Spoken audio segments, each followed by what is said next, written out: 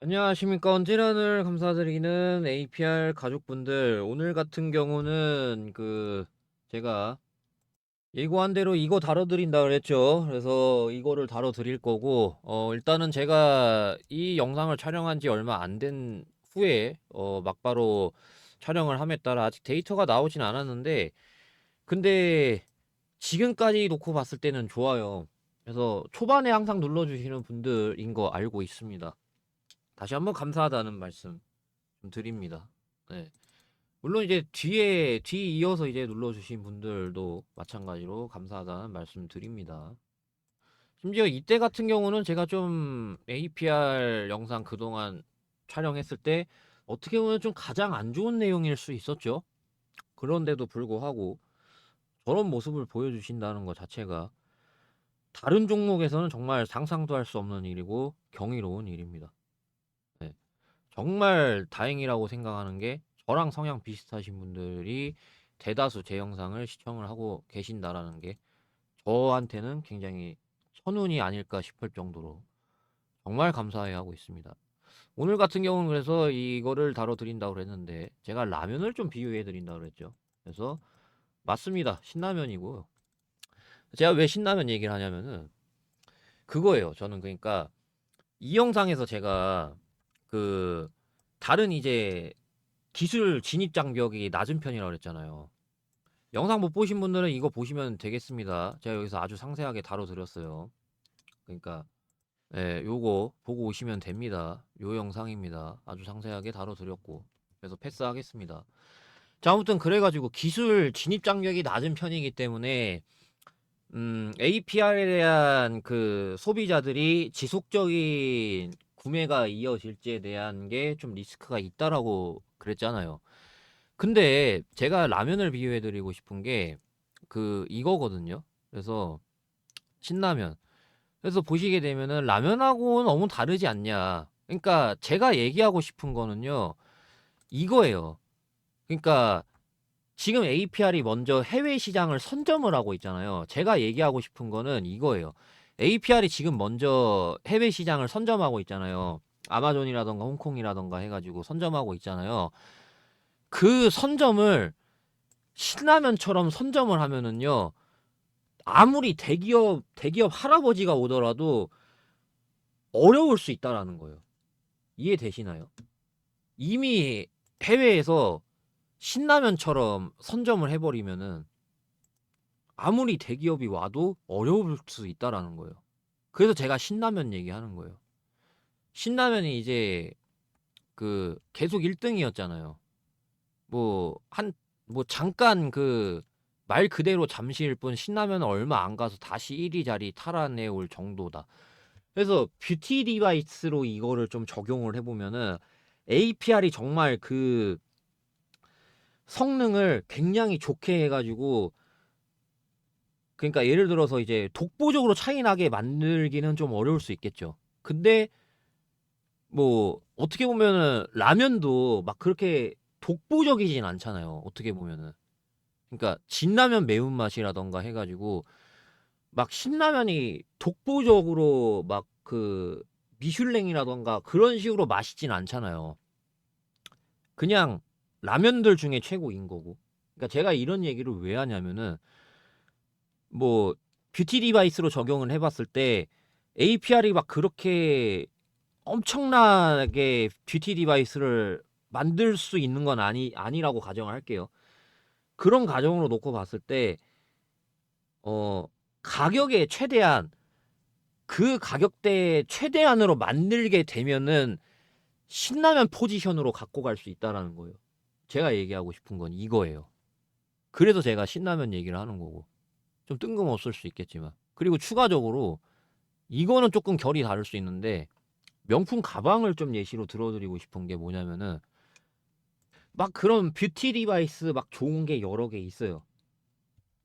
제가 전에 뷰티 디바이스 그 자체도 종류가 하나에 한계가 되어 있지 않고 막 여러 장르라고 좀 말씀드렸잖아요.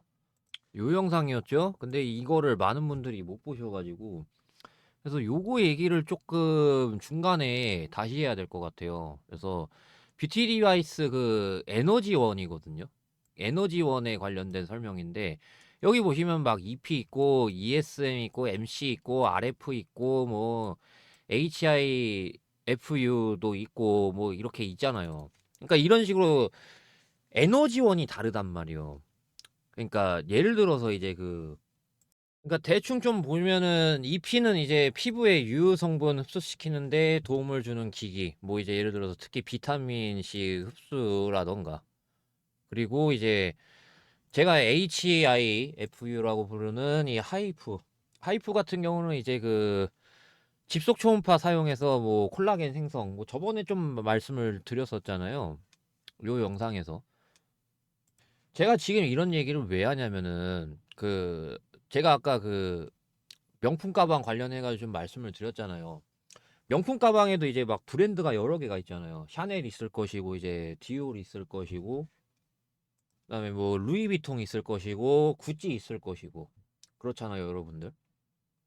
그러니까 APR이 이런 한 축을 담당하는 그런 쪽으로 나가게 된다라고 하면은 그러니까 그런 포지션으로 빠지게 되면은 어느 정도 좀 시장에서 지금 리스크로 삼는 그런 문제들 있잖아요. 다른 대기업이라던가 이제 치고 올라왔을 때 APR 성장세가 죽어버리는 거 있잖아요. 그게 안 나온다라는 거예요. 이해되시나요? 얘가 그런 쪽으로 빠지게 된다라고 하면은. 제가 아까 명품 가방을 비유를 해드렸잖아요. 그러니까 대기업이 이제 그런 뭐 샤넬이라던가 루이비통이라던가 그런 쪽으로 빠지고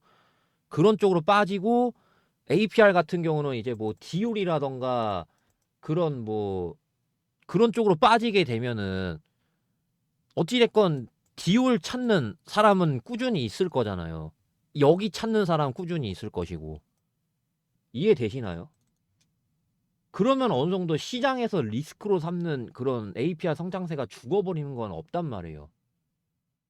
그러니까 꾸준히 매출이 나올 수밖에 없는 그런 구조. 제가 지금 그나마 쉽게 비유한 게 이거거든요. 라면이라던가 명품 가방이라던가. 이해되시나요?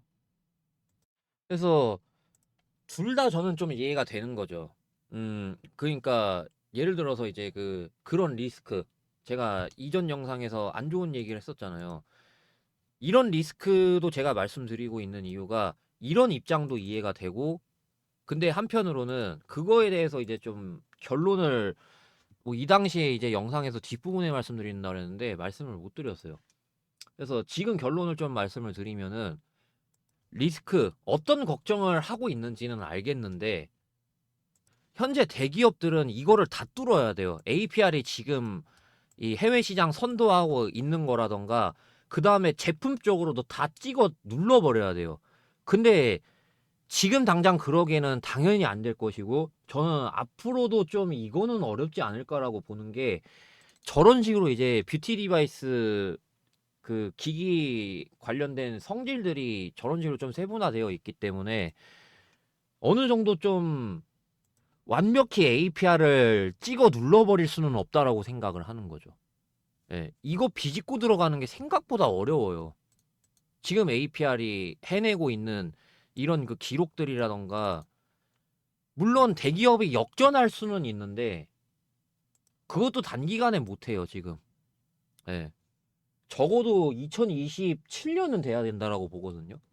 아직 멀었잖아요. 그래서 저는 아무리 못해도 최소 대한민국 최초의 라면이 삼양라면이잖아요. 아무리 못해도 저는 삼양라면 포지션을 갖고 갈 수 있다라고 보거든요. 해외에서. 예. 그러니까 지금 이제 APR이 12월 기준으로 놓고 봤을 때 이 과거 100만 대에서 200만 대 걸렸던 11개월 비해서 지금 8개월로 앞, 예, 앞당겼고 그 다음에 이제 뭐 홍콩, 미국뿐만 아니라 유럽 시장이 굉장히 넓잖아요. 그런 이제 B2B 사업도 성과를 내며 누적 30만 대 육박하는 판매를 기록을 했습니다. 제가 하고 싶은 말은 이거예요. 네, 지속적인 성장을 보여줄 것으로 생각이 된다. 이게 제 결론이고요. 그래서 보시게 되면은 좀 이게 있죠. 보시게 되면은 네, 여기 직전 분기 마진 압박 요인으로 작용을 했습니다. 운반비가. 근데 이게 일부 안정화됐다라고 해요. 그래서 지금 마케팅 고질병이라고 제가 그랬죠. 계속 이제 예상 수준으로 된다라고 하면은 운반비가 일부 안정화됐기 때문에 어느 정도 좀 뭐 지금보다는 낫지 않을까. 적어도. 그래서 리스크는 있지만 그때 말씀드린 그런 세 가지. 마케팅 비용, 그다음에 트럼프 관세 우려, 그다음에 예, 그 저번 영상에서 다뤄드린 뷰티 디바이스 성장성 리스크 세 가지는 있지만 그런 리스크 세 가지는 있지만 제 결론은 그런 리스크가 있음에도 불구하고 저는 적어도 2026년도까지는 실적이 어느 정도 컨센 부합한다라고 생각을 하고 그다음에 지금 유럽에서는 그렇게 크게 인기를 못 끌고 있는데 유럽에서도 이제 곧 인기를 끌 것으로 지속적인 성장을 보여줄 것으로 그에 따라 생각이 된다라는 게 제 결론입니다. 그에 따라 저는 여기가 이탈되지 않을 것으로 보고 있는 거고요. 네. 그래서 오늘 영상은 여기까지 하겠습니다. 감사합니다. 크라운이었습니다.